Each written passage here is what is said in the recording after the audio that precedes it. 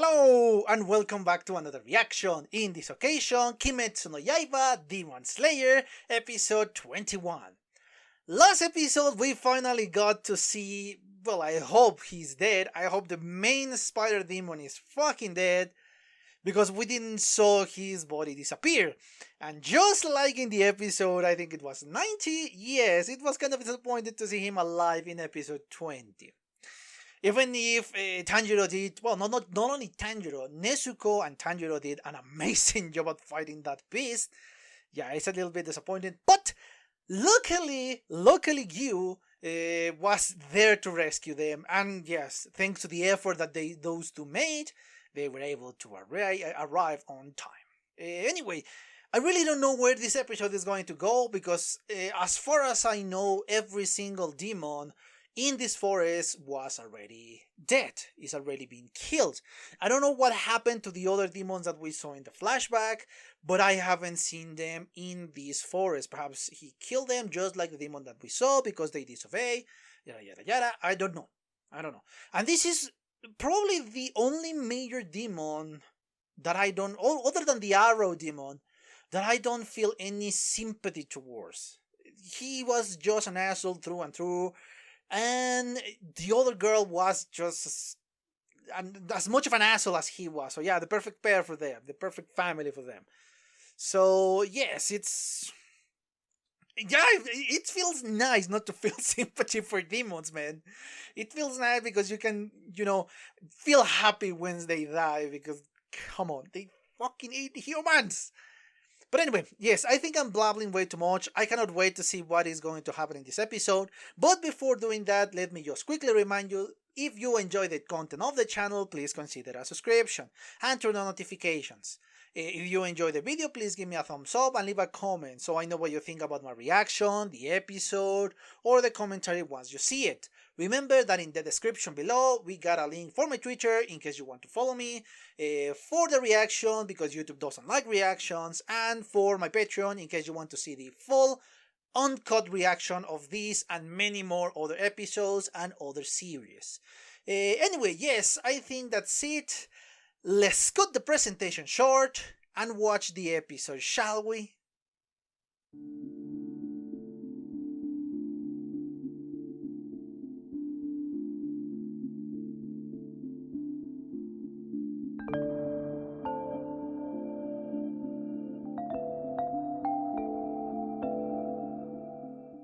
Okay, I'm back. I just watched a second time the 21st episode of the series. This is a weird one because the first half is concentrated on the demon side, on the powerful demon of the last episode, actually of the last, arc that we saw in this series. It's concentrated on that just to close everything from him. Just to tell you, yes, he is really dead and he is not going to cause any more problems. That was basically the first, 10 minutes of the episode were about. Because again, contradicting of what I said, in the intro of this video, yeah, they show me how really, as a human, he was really sympathetic. And he made several mistakes with obviously terrible consequences for the rest of the humans that were around him and for the humans that encountered him. So yes, it's different in this case. And yes, I am at least a little bit conflicted with this character because so far nothing from the last 5-6 episodes that I have seen of this show has shown me any sympathetic side for this main spider demon. Nothing. There was nothing, and then in this episode they show you no. Actually, he was a very frail kid, and that is why he took the deal with Musan.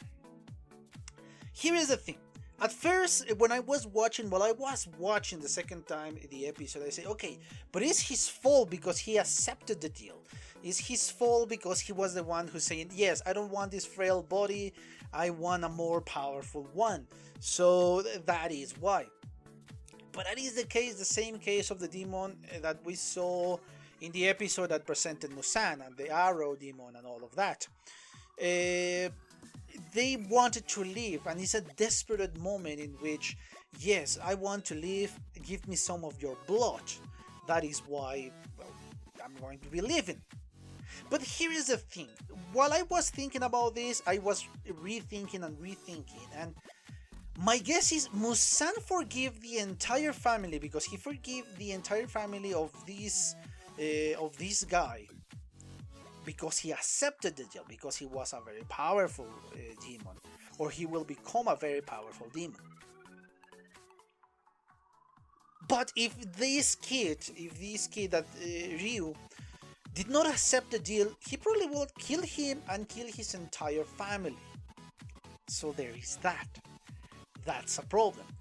Something that we can really blame him on, and this is again mere speculation, is the fact that he killed one or several or all of the children that we saw in that snow fight.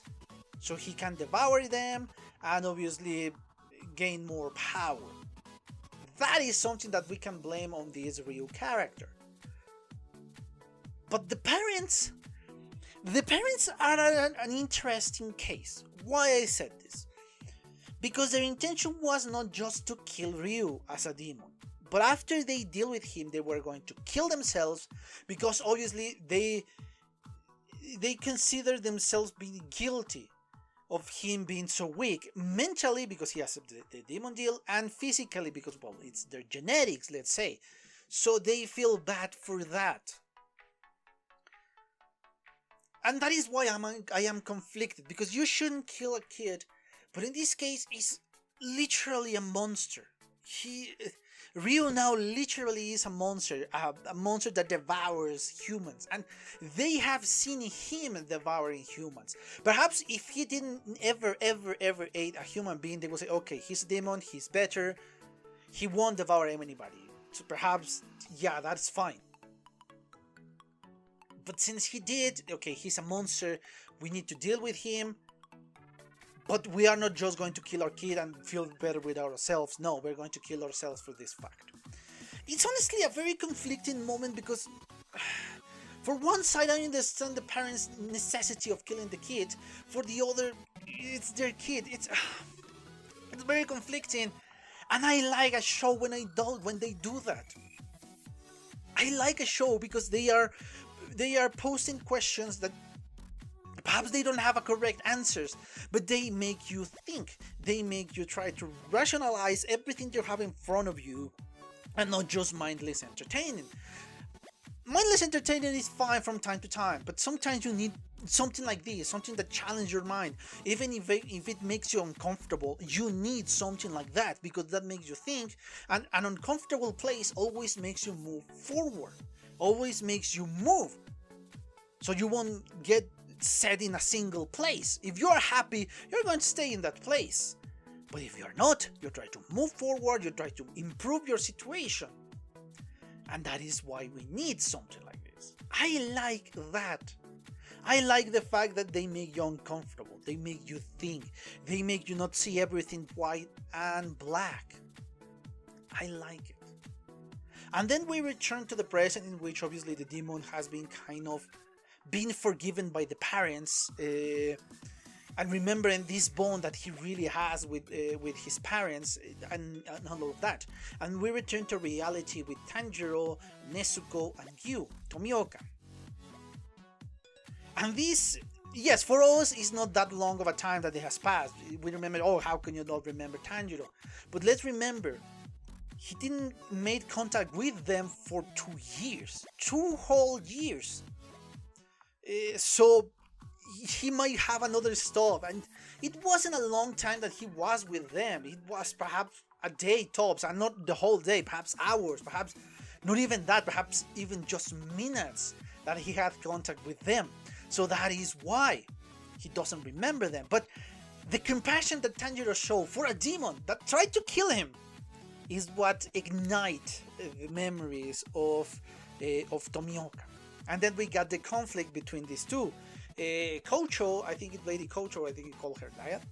And obviously Tomioka, because Tomioka is defending a demon. He knows a lot more about this demon. He knows that she doesn't devour humans, that she doesn't need to, and that is why he's more forgiving of her. She doesn't know that. Only Tomioka and Tanjiro and perhaps Zenitsu knows this, because they have more contact with them. I don't think Inosuke cares, so that's why I'm not counting him. He just wants to fight stronger opponents. But anyway. And then we have this fight. It is not that spectacular. I was hoping, oh, we're going to see two fucking high-ranking Demon Slayers fight. But that wouldn't make sense in the context of the show. So, yeah, it's obvious like that. We got a new member. It's new. It's just in the same time that Tanjiro and Inosuke and Zenitsu joined the corps. She joined them too because, yes, you're right, she is the girl that we saw at the beginning of at the end of this training at the beginning, and obviously they have distinctive characteristics of that. She fight Tanjiro. Obviously Tanjiro is completely hurt. He did not fight. He was just concentrating on run away. And yeah, she knocked him down, and she is after Nezuko. Thanks to the cross, she is not killed, and they were taken into custody. Those crows save Nezuko's and Tanjiro's lives, probably, because yeah, he will be considered a traitor. And perhaps he still is, but since he has to take them into custody, it's different business. We got a glimpse of what happened with Zenitsu. He's fine, he's almost intact, his body did not change much, not like the rest, and we saw the aftermath of, the little bundles. It's funny when you don't think about it, but when you start to think about it, that those were human beings, probably adults, and they were reduced to this side. I don't know if that is reversible. I don't know if they are going to return to a semblance of sanity, or they are going to stay there. Perhaps the show will never answer these questions, but honestly, it's making me uncomfortable just to think about them, so I will just move on. Anyway, yes, we got Zenitsu, that for the first time is not crazy for a girl, even if she's kind of pretty. I guess he has his eyes on Nezuko. I don't know, man. Perhaps that is. But yes, it's weird to see Zenitsu so calm and collected. And yes, thank you for explaining what are those guys. What exactly are those? And then of course we went on to the last scene of the episode. All these high-ranking Demon Slayers just looking down at Tanjiro. What is going on with Nezuko? I don't know. Hopefully she's fine. They are not torturing her. Hopefully she's fine. But I don't know what is going to happen with Tanjiro or with them, because yes, it never crossed my mind. It never crossed my mind that yes, a corporation that dedicate themselves to hunt demons is not going to be very accepting of a demon slayer that has a demon with him. It never crossed my mind, but yes, once you start to think about it, it makes sense. It makes a lot of sense. So why? I don't know why. I was distracted by the plot, I guess. Or by the characters. I don't know. Perhaps because I'm with Nezuko all the time. And I know that she is not a threat. That I don't even consider her a threat or a demon. Perhaps it's that. But yes, the funny banter that we got going to a more silly side of the story. The funny banter that, well, funny because of the reactions between Tomioka and Kocho, the butterfly girl. I'm going to take a while for me to remember her name. Yeah, nobody likes you. And instead of, oh no, they are fine, they are not demons, or they are with us. No, you're wrong. Some people like me. It's so absurd and ridiculous, and I love it. Because we needed that to kind of know that this is not as serious, and we are not in serious danger, but we still feel a little bit of danger in this case. For Nezuko, mostly. So yes, this was a very funny episode, a good wrap-up of all the chaos that was the Spider Demons arc, because yes, no more demons there. So yes, it was a fun episode, it was great, and I cannot wait to see the next one. But obviously, that's it for now. Let me just quickly remind you that please consider a subscription and turn notifications. Please give me a thumbs up if you enjoyed the video and leave a comment. If you want to join me on Twitter, the link is in the description below, alongside with the reaction link, because YouTube doesn't like reactions, and with my Patreon, in which place you can see the full uncut reaction of this episode and many more. Anyway, yes, I think that's it for now. I hope you enjoy it, and I have nothing else to say, but thank you for your attention, and well, see you on the next one. Bye! Okay guys, I hope you enjoyed that video, and if you did, give it a like, so the algorithm from YouTube will help me out.